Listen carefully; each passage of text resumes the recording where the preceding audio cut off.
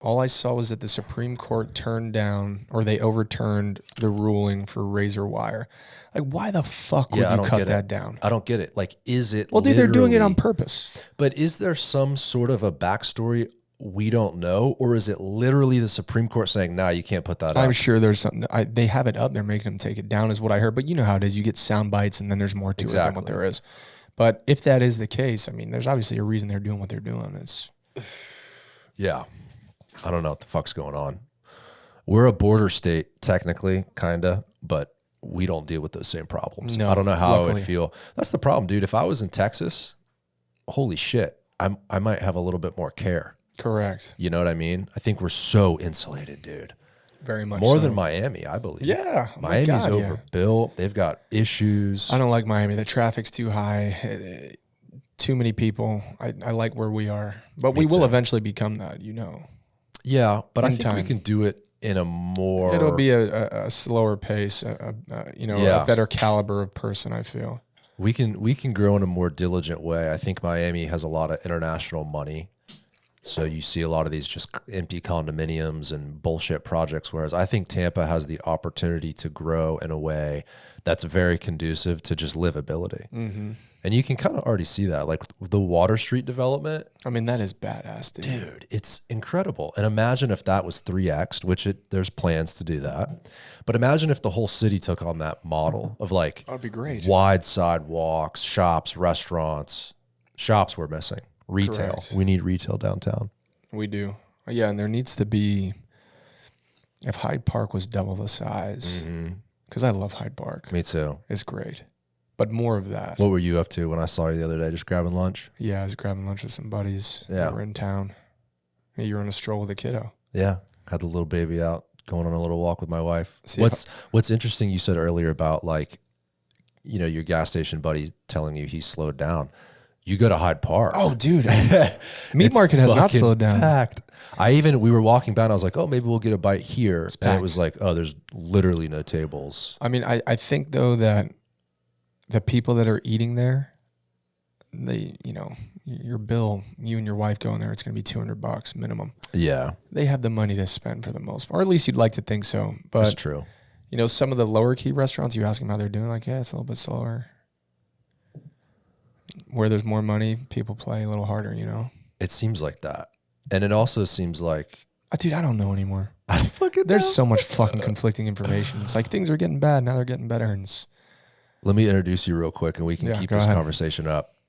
Okay, TBD podcast. Today we've got Josh Goodwin of Goodwin Mortgage Group. Josh, welcome to the show. thanks for having me. Appreciate you doing this, bro. We'll pick right back up and we can maybe even include that conversation in the podcast. But we're talking about essentially the future, right? People in our industry. I'm in real estate, residential brokerage. Josh is in mortgages. So it's not that you and I always try to predict the market, but we certainly are asked that of our customers all the time.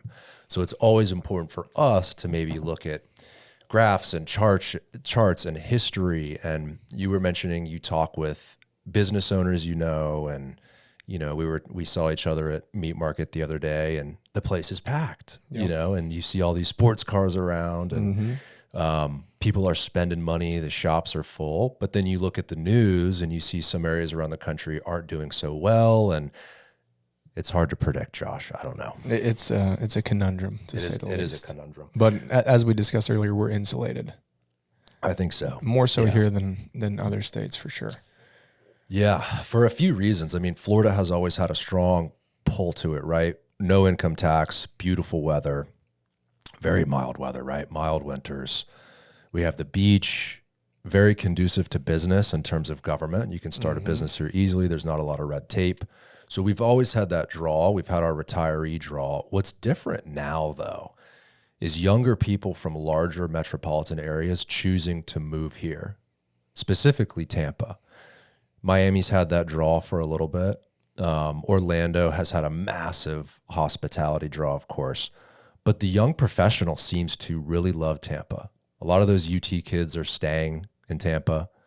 I think that really is our tipping point as a city. Those young professionals seeing this city as a viable option to grow and to do business and to build their life here. We never really had that before.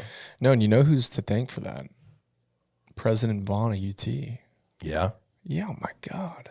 I don't know. What has he done? I don't know that story. I mean, I went to UT, right? And up north, so I grew up in New Jersey, in Long Valley, New Jersey, super north. They recruited heavily up there back then, and I graduated high school in 2009. Oh, wow. So all my buddies at UT were either New York, Connecticut, Boston, New Jersey. Yeah. Very rarely did I meet someone from Florida, and if I did, it was just very minute chance.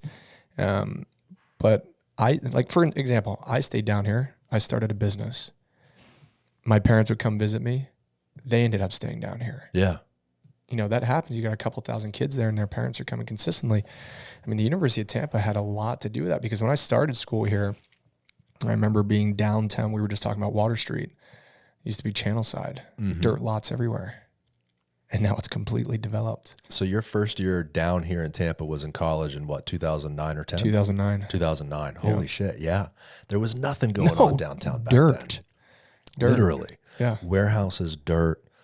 A buddy I went to middle school with, but we stayed connected in business and friends and all that. He went to UT for a semester, and I think this was maybe 2011.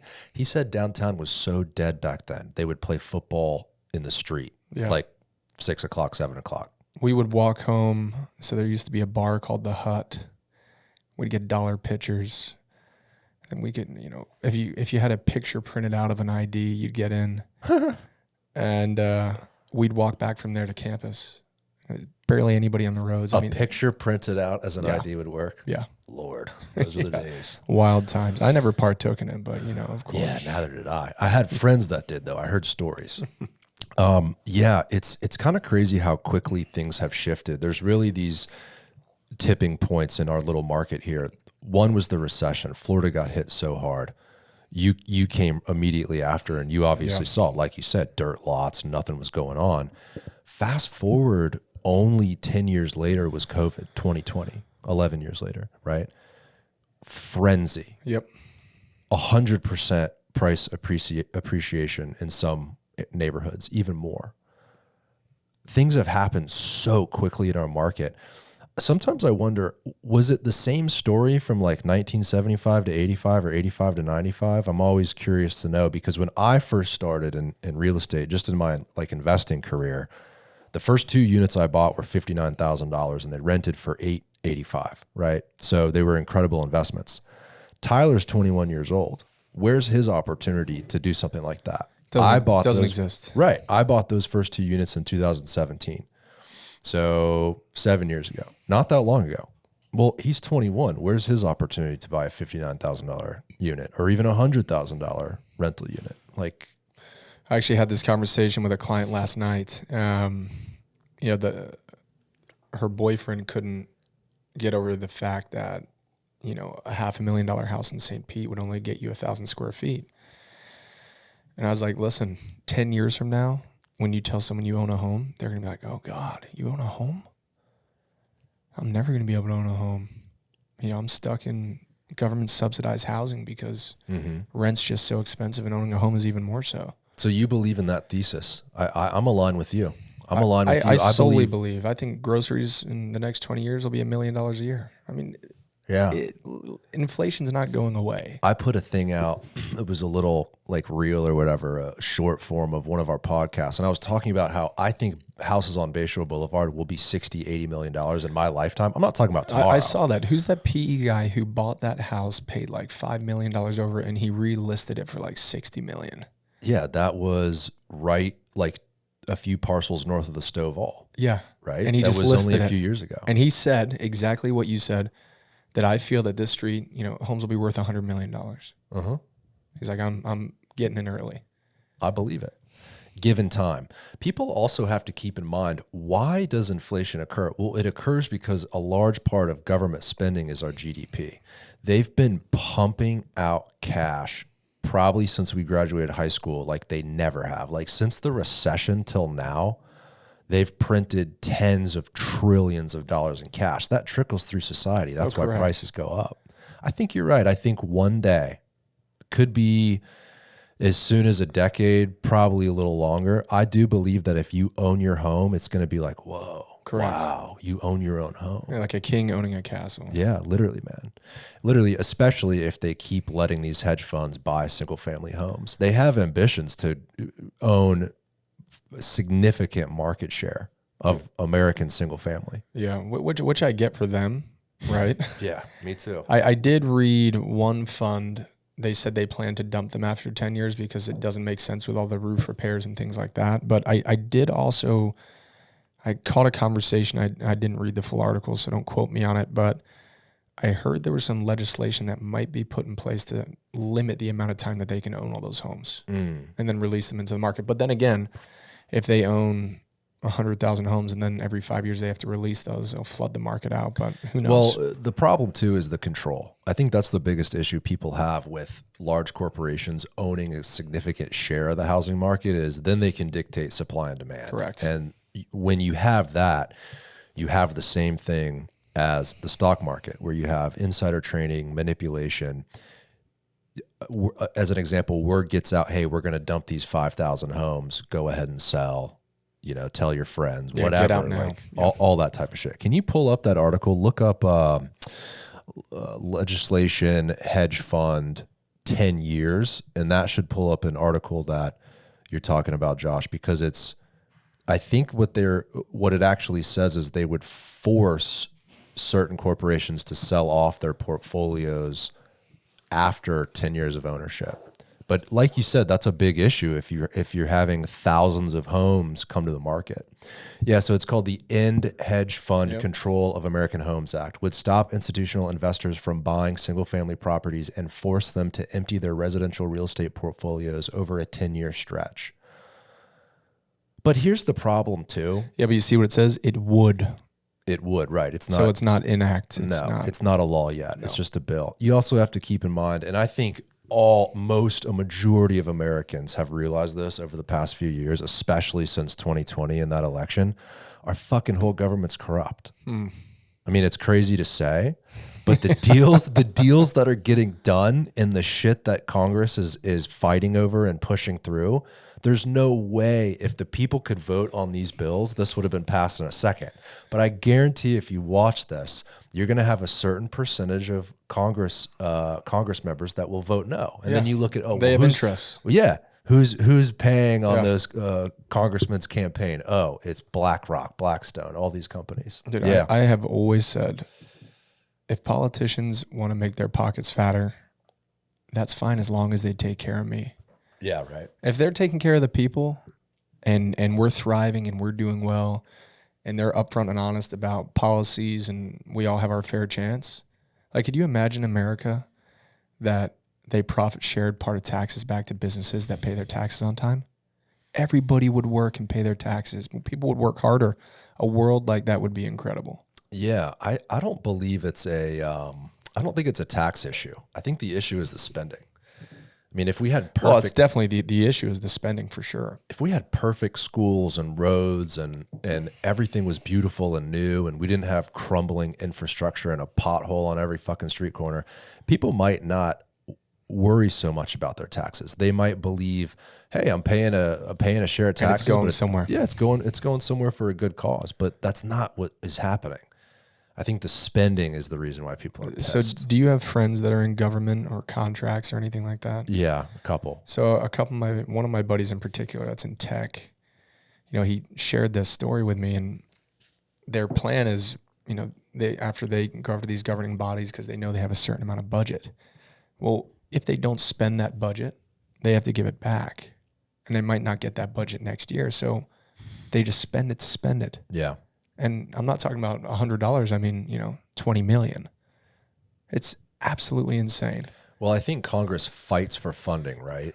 And if you win funding for a certain cause in the government, it's probably such an effort to get that funding that, yeah, you wouldn't want to give that up. No. It's a bureaucratic fucking mess. Mm-hmm. It's a mess, man. And now it's trickled down to our business for this last year or so. It definitely has. We had a fantastic year, great year. We had a slow year. The year before that, you were saying you were kind of opposite. But that's the nature of our businesses, right? We're in a market. Markets go up and down. But let's go back. You mentioned you're from New Jersey. Is that where you're born? Born in England. Born in England. Yeah. No shit. How long did you live there for? Till I was 4. That's cool. Yeah, so everyone gives me grief because I don't have my accent anymore. So I'm actually headed back there on Wednesday. And every time I go back, I get made fun of for the first day because I sound like a quote-unquote Yank and not a true Englishman anymore. And what side of the family is from England? So my mom's dad is, but my dad is full English. So my cousins, aunts, my brother and sister live there. Everybody does. Oh, wow. Yeah. Half brother and sister. So you came from England, went to school in New Jersey. Yep. Then moved to Tampa for college. And you said they were recruiting you heavily from UT. What did that look like? They would just come to your events and all that? Yeah, they're just mail, emails, reps. They were huge. One of my buddies went with me. He was my roommate. Oh, really? Yeah. That's fun. Yeah. They were big time up there. And I'm glad. I mean, obviously I visited other schools, but when you come to Tampa, UT now is lights out. Back then, I thought it was lights out. Walk by the pool. I was like, all right, I think I'm going to go here. Yeah, what was your thought? Did you always want to go to a Florida school? No, I just wanted to be far enough away from home that I could feel like an adult. Every 18-year-old kid wants to do that, right? And be close enough that I can go home and have a little bit of freedom. And then, you come to Florida from New Jersey, and every day, I think it took me like the first year. I didn't start taking my studies seriously until my junior year after many threats from my parents. Yeah. But the first year, I thought it was a vacation the whole time. Yeah.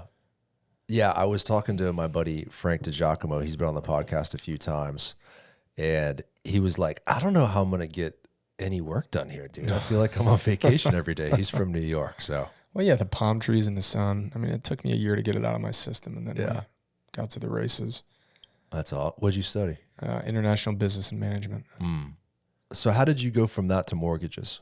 By mistake, actually. I was interning at UBS Financial downtown, and the team that I was a part of, said they wanted to hire me. I was there for about a year and a half when I graduated college, and they said, we want to hire you, but you need to meet with the corporate office. And they said, hey, you need 2 years of sales experience before we let you come on here and be an advisor. So I went to the career fair at UT, and coming from up north, you go to anything professional, you wear a suit. Mm-hmm. So I'm in a 3-piece suit going to this. I'm the only kid in a suit at the career fair, and the only guy in a suit was your typical idea of a mortgage guy. Just this, I don't want to use the term sleazy, but just used car salesman, just slick back hair. And he's like, hey, you want to do mortgages? I was like, is that sales? And he's like, yeah. I said, all right, yeah, I need sales for 2 years. Let's do it. And that literally was it. Picked you out of a crowd and thought, that's my guy. That's my guy. Maybe that wasn't the best compliment because I looked like him, I suppose. But that was the beginning of my career, and it ended up just growing. I got licensed there. So that was in 2013. And you know how we go through cycles of refis to purchases. They were a very heavy refi shop. I got licensed after a couple months. And by my 6th month, they laid me off because they were a refi shop and it went to purchases.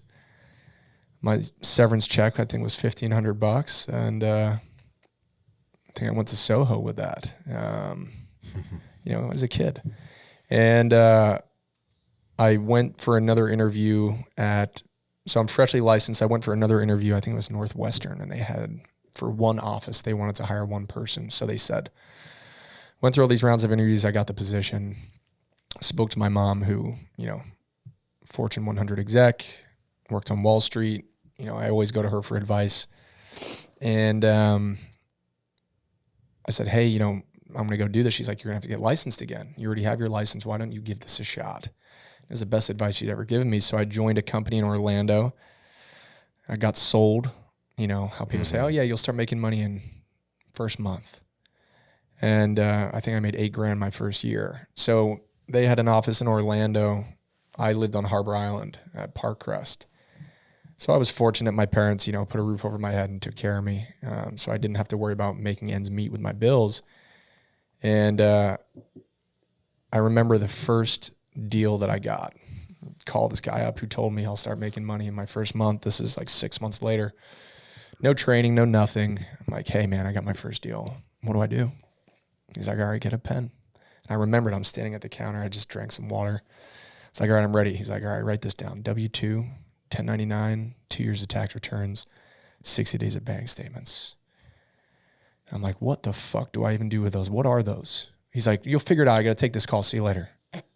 That was my training. Oh my God. So for the first 2 years of my career, I had to teach myself everything. Wow. Everything. And then I ended up joining a company 2 years later, and they had a very good presence. I had already had my training, School of Hard Knocks, and then it just jet propelled for me. You know, Wow. I was put into real estate offices. I built relationships, you know, a lot of the great relationships I have today. You know, my business is all referral, and I'm grateful for it because the people I work with, they're just awesome. And it just took off. And then Goodwin Mortgage Group, is that its own company, or kind of how is that all set up and how did that come about? It's a subsidiary of a parent company. So when I was at a previous company, it was a big company, and I would go on meetings and say, I went to meet with you. And you're like, hey, Josh, I really like you, but I had a bad experience with someone from your company. So I was like, okay, well, you're at Keller Williams, and I don't judge you, and I know there's a bunch of people that don't do deals correctly there, right? Or Coldwell or wherever. And, you know, it got to the point in my career where my immediate staff was giving great service. It would go to the corporate side, and it would get dropped, and I had no control. So I wanted to create something that I could control the process. I could have say with the underwriters. I could have direct lines of communication. And my one deal with them was, you know, no disrespect, I love the brand of your company, but I need to operate under my own umbrella, essentially have a company within a company, because I want to live and die by my own sword. If I make a mistake, I'll own it and I'll fix it. But I don't want to be held accountable for somebody else's mistakes that has nothing to do with how I do business. And then that's how it was formed. You know, I wanted to go the route. I was 25, around starting my own company, Robert Palmer, RP Funding. I went and met with him. One of my buddies set up a meeting for me. I'm like, hey, I want to do this, right? And I thought I was big balling back then. I had a brand new G-Wagon. I pull up to his office, which looked like an arena.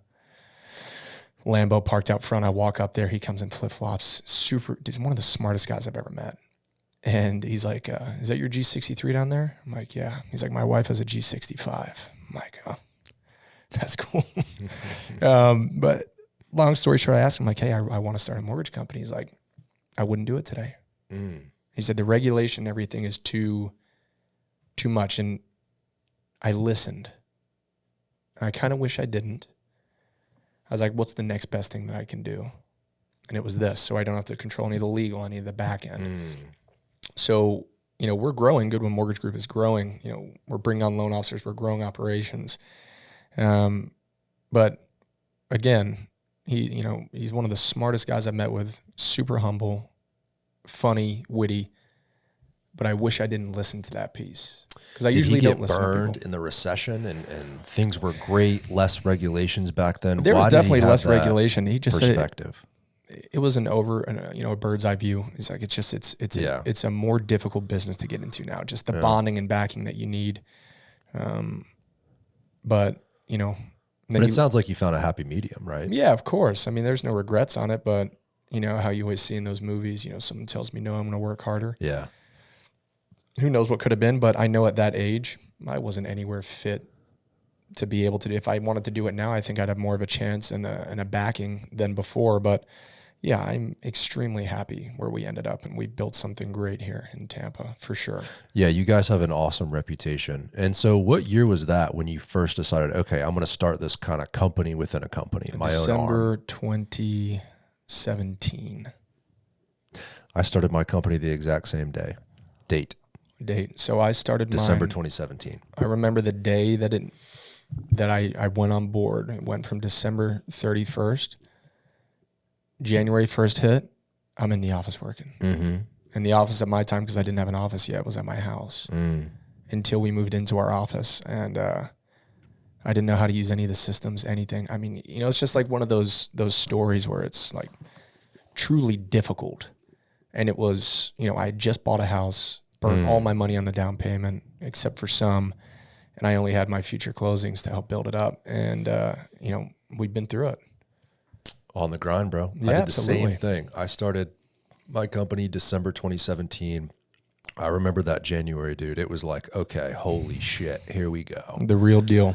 Same thing as you, home office, just trying to fucking figure it out. It is so hard to start a business. It's easy because it's paperwork and it's bullshit and the LLC and the bank account, right? That's the easy work.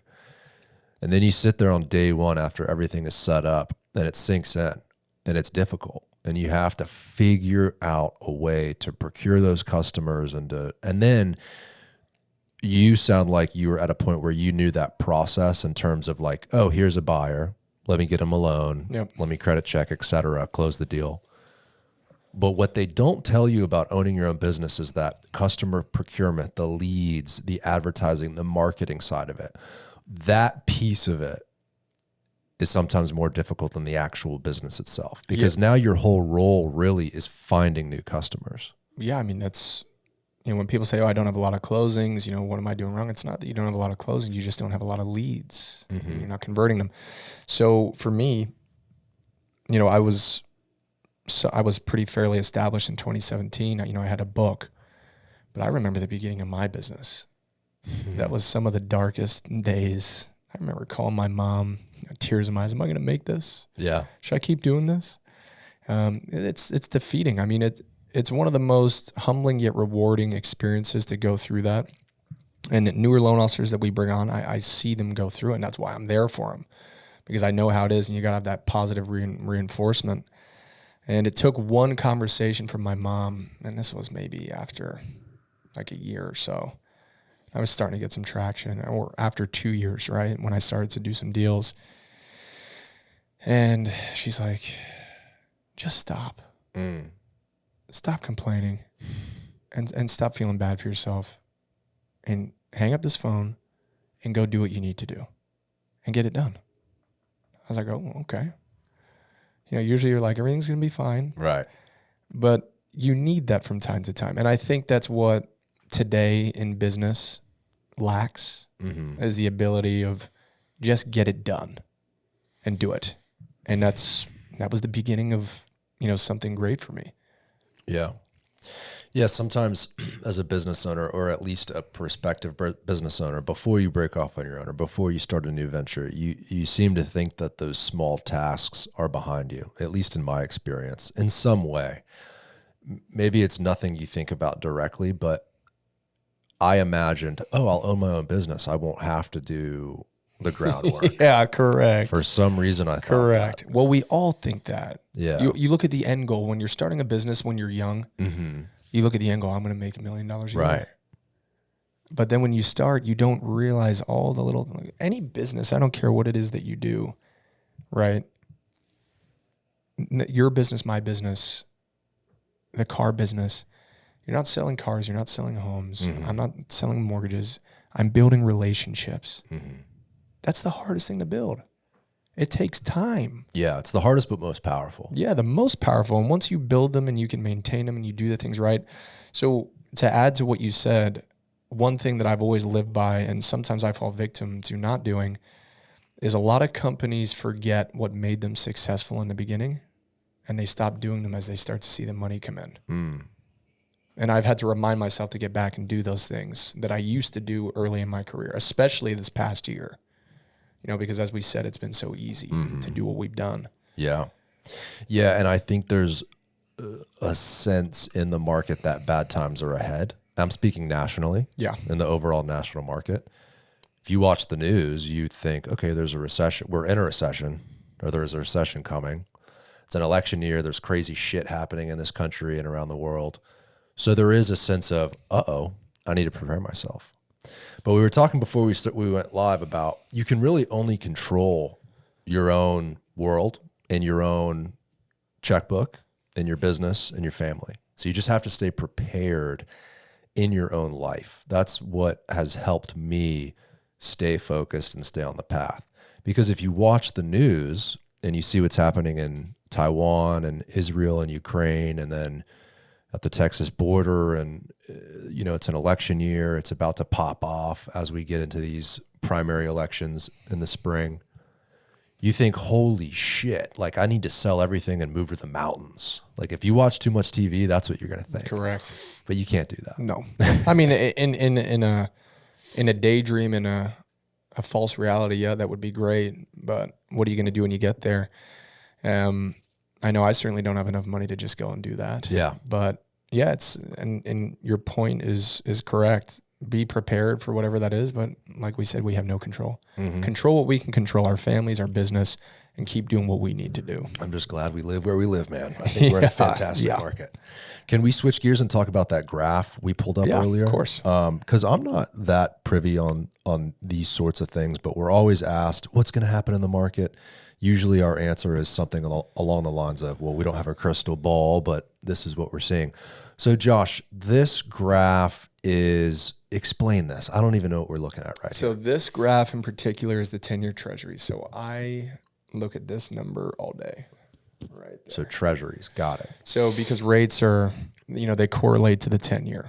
Okay. So the higher this number goes, the worse rates get. The lower it goes, the better they get.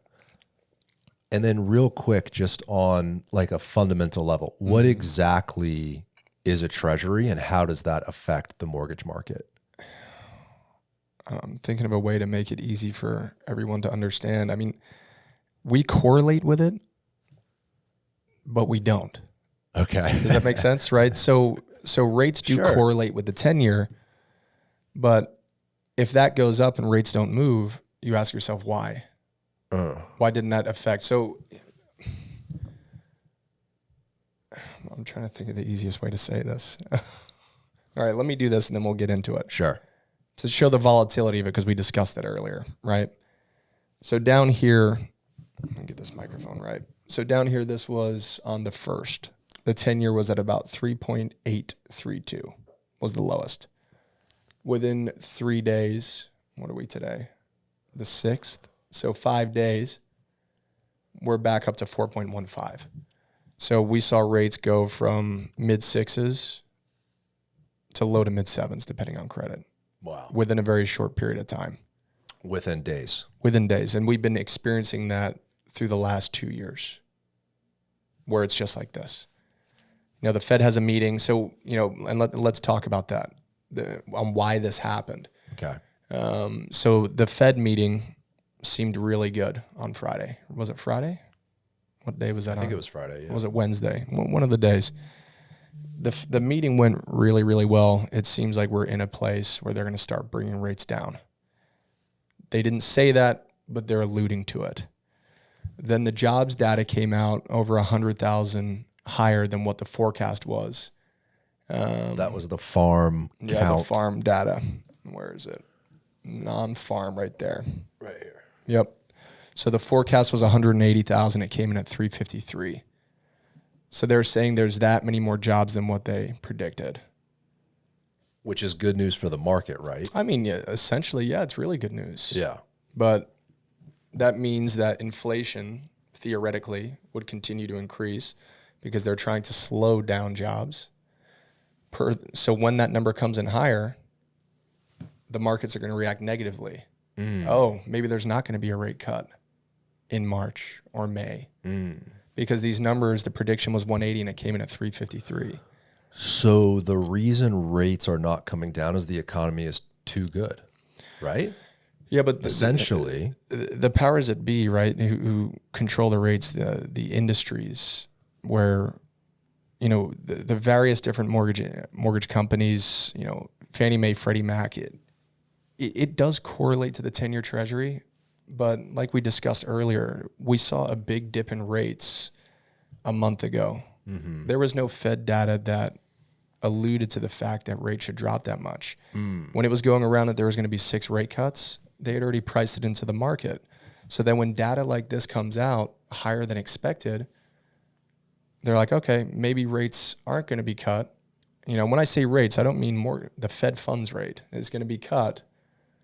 Okay, maybe we're not going to get a cut. We need to increase this. And the market reacts. Got it. It's just volatility, and we'll see this throughout the year. It'll keep going up and down. They keep talking about a soft landing. They don't want to completely shut off the nozzle, so to speak, on the economy, right? They want to have a soft landing. And it seems like they've achieved that. The Fed try to control inflation. Their goal is always 2%. We saw almost triple that in the last few years. I mean, So they're it's definitely increasing. come down. Oh yeah. They've increased the interest rate to kind of tame that inflation, which they've done. It seems like the economy is still in a good spot, though. I mean, 350,000 jobs when they had predicted 180, that's a very significant increase. Correct. So the Fed is probably thinking, oh, we don't need to cut rates. You know, the economy is doing great if we hold strong where they're at. Do you believe rates will get down to where they were pre-rate skyrocketing? I'm talking 2.5, 3.5, 4. No, I don't think so. Ever? It's a trick question, right? So to avoid what I think is the inevitable of what we said, you know, I joked and said groceries will be $1 million. You know, I don't know. Yeah. I see a part of it where it could, and then I see a part of it where I'm like, no, there's hell no. There's no way that could happen, right? It's a hard question to answer. I don't see how it could. Wasn't the Fed funds rate like zero in 2020? Yeah, and people were putting out on Instagram and Facebook, mortgage rates are 0%. They kind of were though, 2.5. I mean, what's the lowest rate? 2.125. That's the lowest rate you've ever locked in. 2.1. Yeah, 2.125. God, I hope that dude never sells. That's unbelievable. 2.125 is so low, and I think the opportunity for that to occur again would be some other tragedy. It'd have to be. It would have to have some sort of an economic tragedy for the Fed to go, okay, we got to get money out into the economy. Correct, which would therefore, you know, if they drop that in, then we fight inflation a couple years from then we're in the same boat we're in now. And then it just goes like this, and it's a pattern as it continues to just trend upwards. Yeah. Yeah, we'll probably balance down a few points. If someone put a gun to your head and say, "Hey, man, you got to predict this," you probably sounds like you would say, "Hey, it's going to come down a couple points and maybe 5s." Yeah, and then level off somewhere in there. I think so. Yeah, I think that's healthy. I think 5% will be the new 2-3%, which really isn't that bad. In the beginning of my career, they were that. Yeah, people are I think too used to a 3.5% mortgage, and they need to realize that was abnormally low. Yeah, I mean, I don't know that it's ever been that low in the history of this entire country. Like, I don't know that we've ever had in the 2s and 3s ever throughout our lifetime or our parents' lifetime. That I'm not sure, but that's a very good factor of why we are where we are today. Can you pull that up, Tyler? Like mortgage rates over time, over the last 50 years or so? I mean, I remember my mom telling me stories in the 1970s and 80s. Buying a house was like putting it on a credit card. It was like 17%, 15%. Now, granted, houses were $25,000, so it was a little different. But yeah, I think pay was much less too, though. Pay was a lot less. It was a different world. It was. Well, when you talk, the $1 million grocery thing is obviously a joke, and it's kind of funny. But when you look at graphs and you look at time, and you look at what my grandfather paid for a house on the water on Davis Islands for, he paid $25,000 in I think the early 70s for a house on the water. It was brand new. You think about it, it's not that long ago. It's not that long ago at all. No. It's only a couple generations. Yeah. So the idea that our grandchildren will have to pay 20, 30, 40 in good locations, or that someone who owns a home will be, oh my God, you own a home? It'll be a rarity, you know? I don't see why that's not going to be the case. Go to the Google page right there, Tyler. Click that. Yeah, that one. Is it not working? Frozen? Well, the computer exploded. It doesn't want us to know the 50-year mortgage rates. But yeah, I think they were in like the 15s and 70s and I think the late 70s and 80s. For us to get there, we'd have to have insane inflation. I think we got out pretty clean, only going up to what? What was the highest you ever wrote? 8? An investment at like 8.5. Yeah. But a primary, 8.25 at most. What was the time difference between the, what did you say, 2.125? To that? To 8.5. So we started feeling a slowdown in May of 22.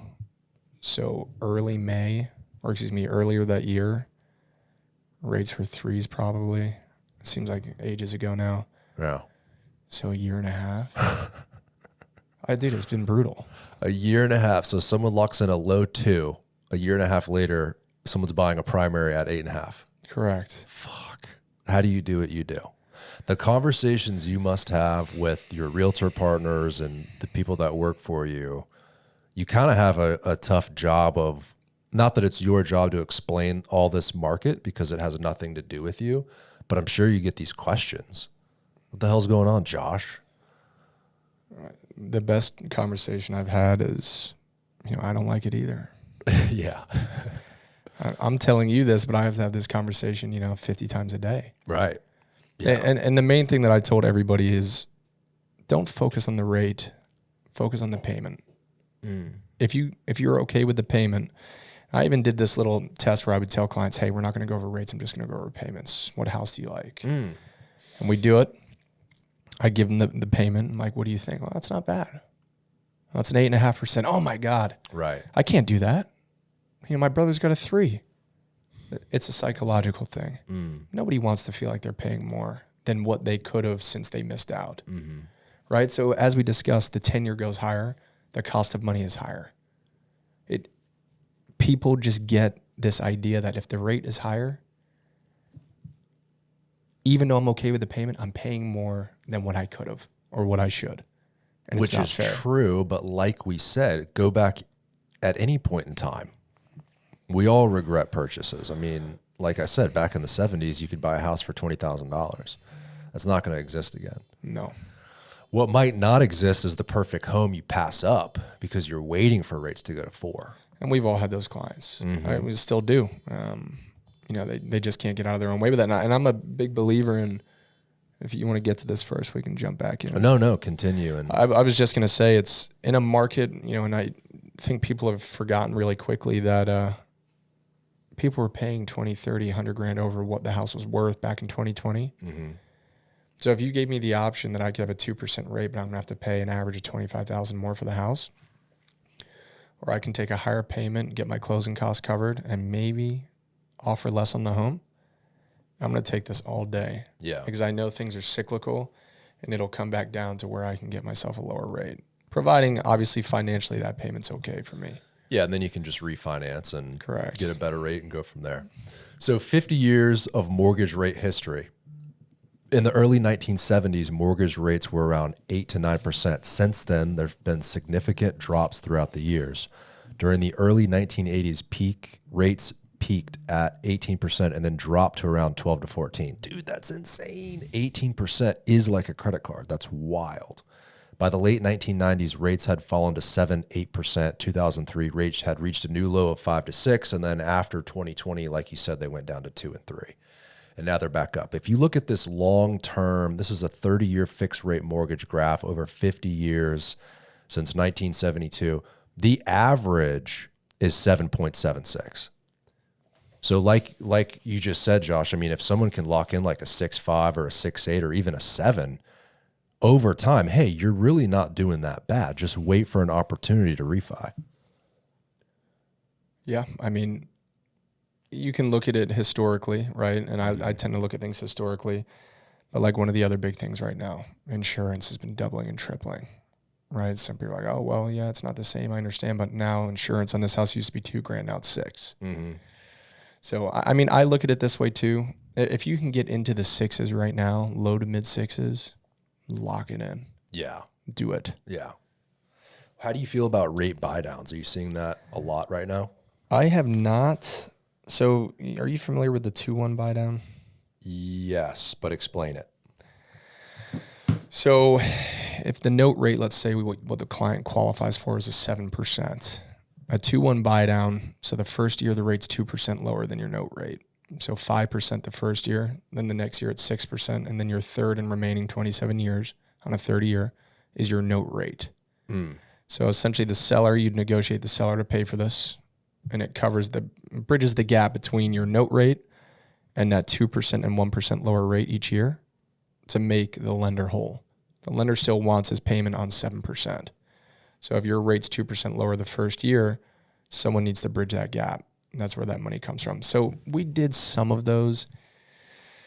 They came out back when rates started to increase and sellers weren't paying concessions still. I'd say concessions started happening in the last, heavily 8 months, 9 months.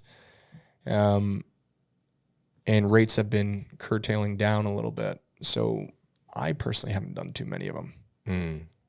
It's kind of a great deal, though. I mean, especially now that we are leaning kind of in between a buyer and seller's market, you're going to have sellers make a lot of concessions to get their property sold. And if you can get some sort of a credit to pay those 2 years of interest, it eliminates that objection, right? My job and your job is to let someone make an informed decision, right? So if we can guide them in a certain direction and let them know that's the best case scenario, that's what they should do to move forward. If they found a fantastic house and they can do a 2-1 buy down, do it all day. That's always my advice. Like, people ask me, is it a good time to buy? I say, just focus on the property. Just focus on the property. Is it a good property to buy? Yeah. Is it a good property on a good street in a neighborhood you love? You like the house? Then you have to figure it out, because I think inventory is only going to continue to get tighter. People that have locked on to fantastic homes they love are not going to move. No. Because they've locked in low rates. Why would they move unless they have to? Divorce, death. There's certain reasons why people have to sell. But if you've found your, so to speak, dream home, rates aren't crazy enough to not buy it. You could do a 2-1 buy down. You could go ahead and buy it, eat it, and then refinance. I think every indicator I've seen says rates will dip below where they are now in the next maybe year, maybe even sooner, maybe this year. Everything I'm looking at says rates are going to come down. Our economy is relatively healthy because of COVID and all the shutdowns and everything that happened. We've kind of stabilized ourselves. Rates should come down. So just focus on the right home. That's what I always say. I mean, it's good advice, but it's easy when we're the ones giving the advice, right? Yeah. I couldn't agree with you more. If I could get into a home or any investment that I could lock in, and even if rates weren't going to go down, so let's just say that rates aren't going to go down. They're going to stay here forever. Yeah. Are you not going to buy this home? People don't get really asked, they don't get asked those questions. And the answer would be, if they're going to stay here, yeah, I'm going to buy it because I'm okay with the payment. Mm-hmm. It's because it moves so quick. If those rates went from 2.5% to 8% over the course of 6 years, that would be a different story. We wouldn't be having these issues. That's exactly right. But because it happened within less than a 2-year period, it's shell shock. And it came to a point where I would talk to a client on Monday. They'd go look at homes on Friday, and they'd call me the next Monday. I'm like, your rate's half a point higher. It's like, what do you mean? I have had to adjust my business in so many different facets of communication on things like that, where we're literally learning it as it's happening. Like, how did that rate do that? In the beginning of my career, a rate would move maybe an eighth in a month. Such a different world. It was just flat. It's crazy. Right? Called a quarter at most. Yeah. And now we are seeing that intradaily. Right. Right. And again, to the 10-year, how you asked how it correlates. The 10-year affects the rate at which people borrow money. You know, the higher that is, the more expensive it is. You know, mortgages happens to be one of those things that correlates to it. And dude, it's been the most wild year of my life. The last 2 years.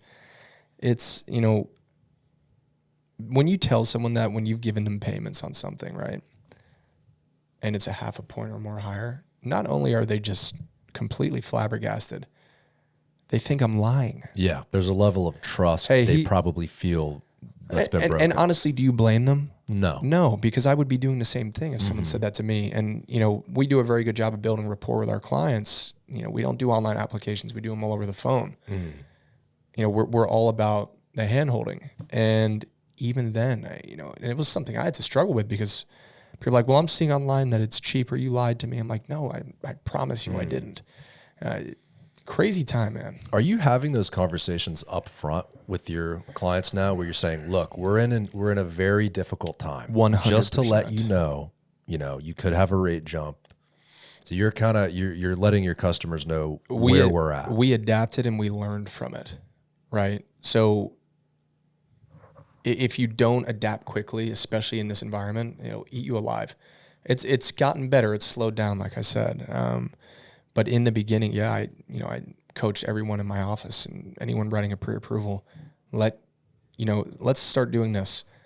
Let's quote 0.5 point higher rate on the payment to make sure they're comfortable with it. Let them know that the rate is 0.5 point lower today, but your payment's based on this because rates are fluctuating so much.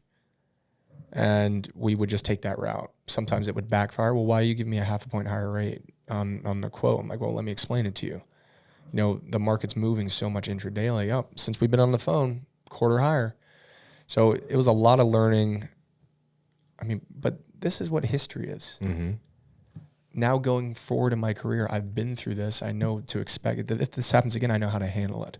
Yeah. I know how to do it correctly. Yeah. When I would get 2020, 2021, when I would get lunch with people that were older than me, that have been in the industry a while, since the recession, I would ask them, well, you've been in the business pre-recession. How did you deal with the volatility? How did you go through that? And you're right. Now that we've been through it, well, now that's a little notch on our belt we can kind of use in the future. Tell the younger kids about. Tell Mr. Tyler what the deal is. Yeah, we're not the young ones anymore. What is some advice? You're on the lending side. I feel like the lending side is just as important as the brokerage side in terms of investing. For young people trying to get into the game, prices aren't going down. What do they do? Value add, right? So investments for me have been a little different. I don't have tons of units. I've bought and sold properties. One in particular was with a partner of mine. Started out as a realtor that I started doing business with, became one of my really good friends, and he'd flip a lot of homes. And in 2020, there was a lot of opportunity because values were increasing so much. You have to know your market and know your time. Mm-hmm. So I understand real estate, but he really understood real estate. So get with someone, if you don't know it, learn, or get with someone extremely talented in the area you're trying to be in.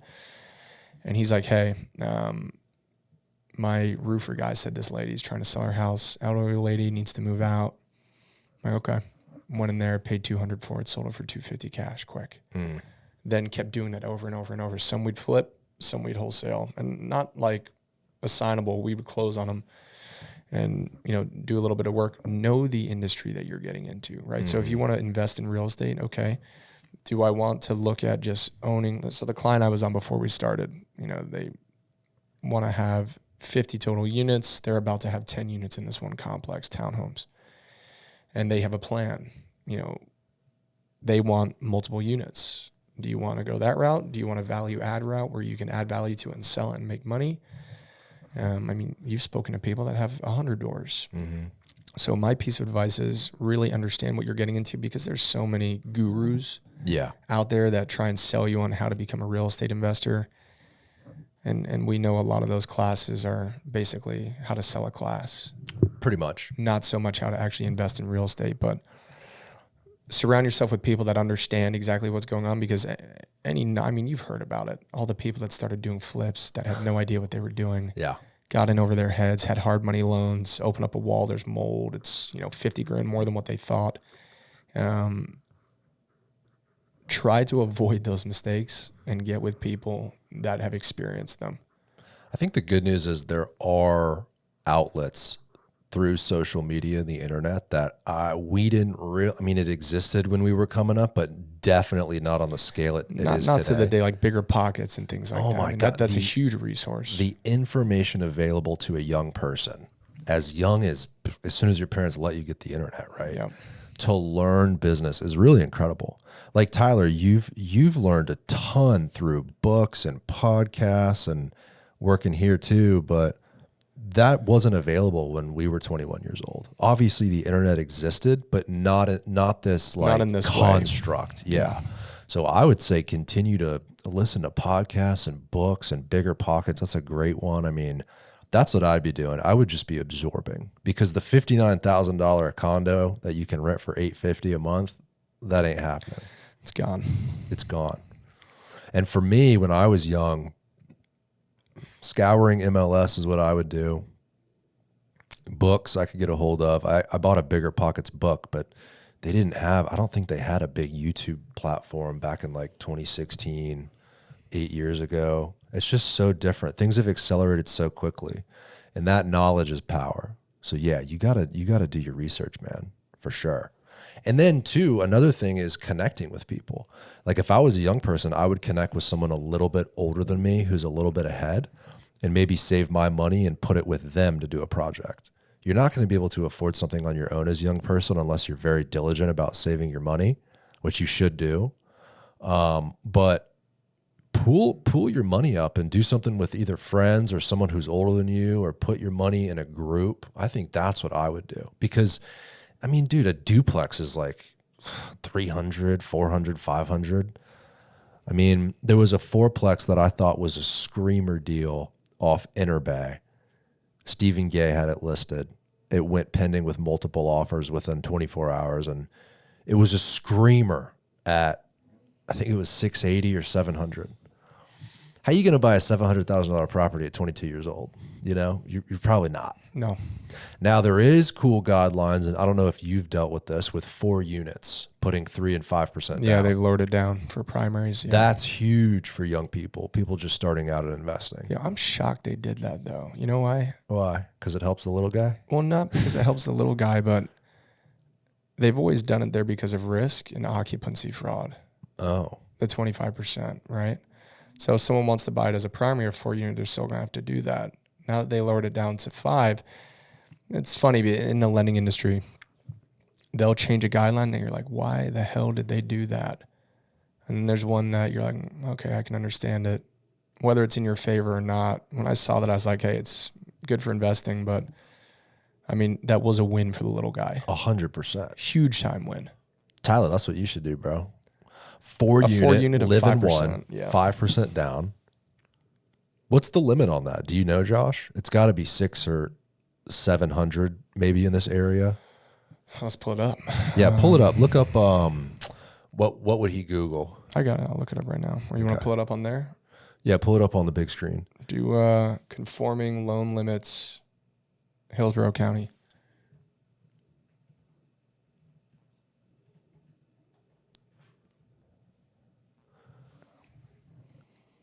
Probably in the 6 or 7s, I would imagine. I want to say, well, the normal is 7. It's more than that now. Do 766. Do that one. It's by zip code, isn't it? It's by county, but it's it's by county. This is just FHA. Go back real quick. Type in 4 unit.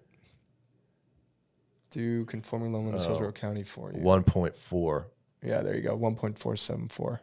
Down one. FHA loans guide. Do that, or either of those are Instant fine. mortgage, yeah. So that deal I'm talking about that was 700 for a 4 unit would fit in this box here. So 2024 conforming loan limit, go down to Hillsborough. It'll be high in Hillsborough. It'll be the same. Oh, it's all the same? Yeah. Now, is that a Florida thing, or why would it all be the same? They just break it down by county, but I mean, look at them all. 1.4747474. Oh, huh. Hillsborough County. So 1.474400. Now that's a loan limit too, right? That's not purchase price. Yeah, it's loan limit. Which is fantastic. Which is fantastic, but also horrifying at the same time. Yeah, what's because your they're payment doing on that that because guy? well, they're doing that because the average 4 unit they're saying could be. Did I remember when I started? I think the conforming loan limit was like 414. Anything over that was jumbo.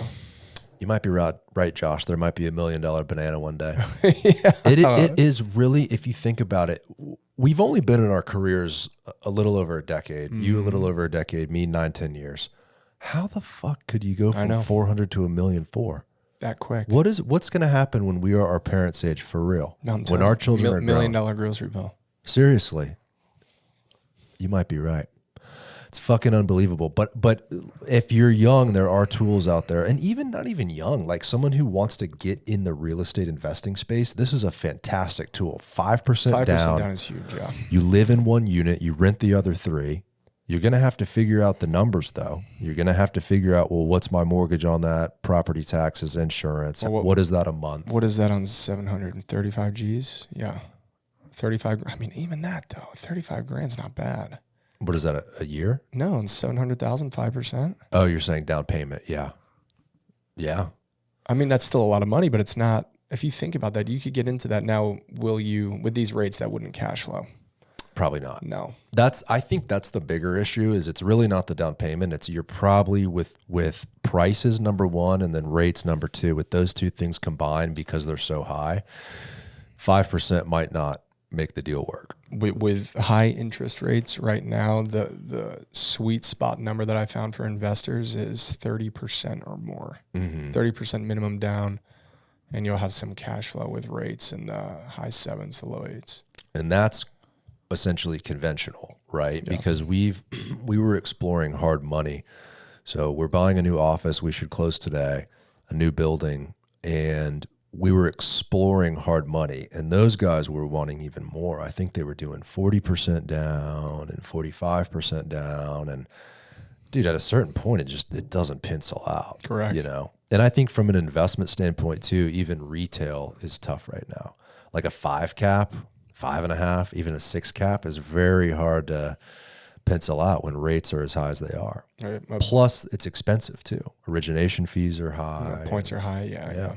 So a buddy of mine, his brother works at I think it's a PE firm, and they do student housing strictly. And when the rates started going up, they had maybe like 12 deals penciled. All of them died. All of them. They're going back to the sellers like, hey, you got to lower this by 50 million. And if a seller's owned it for a long time and maybe has a lower rate, or the real guys that made out well were the people who were a little bit further along in their career than us. They bought when the market was low, 2010, 11, 12, 13, 14, somewhere in there. Then they did a cash out refi at like 2.8 or 3%. Yeah, tax-free money. Those are the guys that hit the home run. Because that money that they've pulled out in cash, I mean, that's with their cash flow and appreciation, they're going to be able to cover that debt easily. Yeah, easily. Massively. Well, dude, I appreciate you coming on the show, bro. Absolutely. This was a fun conversation. Yeah. Tell people where to find you. Follow along, website, all that. I'm not big on the socials, man. I think mine's up there somewhere. But GoodwinMortgageGroup.com. Email. In fact, I'll give my personal number, 813-230-5982. And then our Instagram is Goodwin Mortgage Group _. Beautiful. Nothing too fancy. Pop back up the Instagram real quick, Tyler. Let me say something about Josh here. Josh, you always dress so sharp. Well, not today. Not today. But in business, you do. And I think it's funny how your first job fair, you dressed up in a 3-piece suit. And the guy came over to you. But every time I see this guy, you're always dressed up very fly. Whether it's a turtleneck or a sport coat, you're always looking good, bro. I appreciate that. Well, I appreciate you noticing it. All right, man. All righty. That's it for today. Bye, everybody. See ya. Thank you guys for watching this episode. If you enjoyed it, make sure to like it. Check us out on YouTube, subscribe to our channel, give us a comment, give us some feedback. We want to know how we're doing. Thanks for watching. Bye, everybody.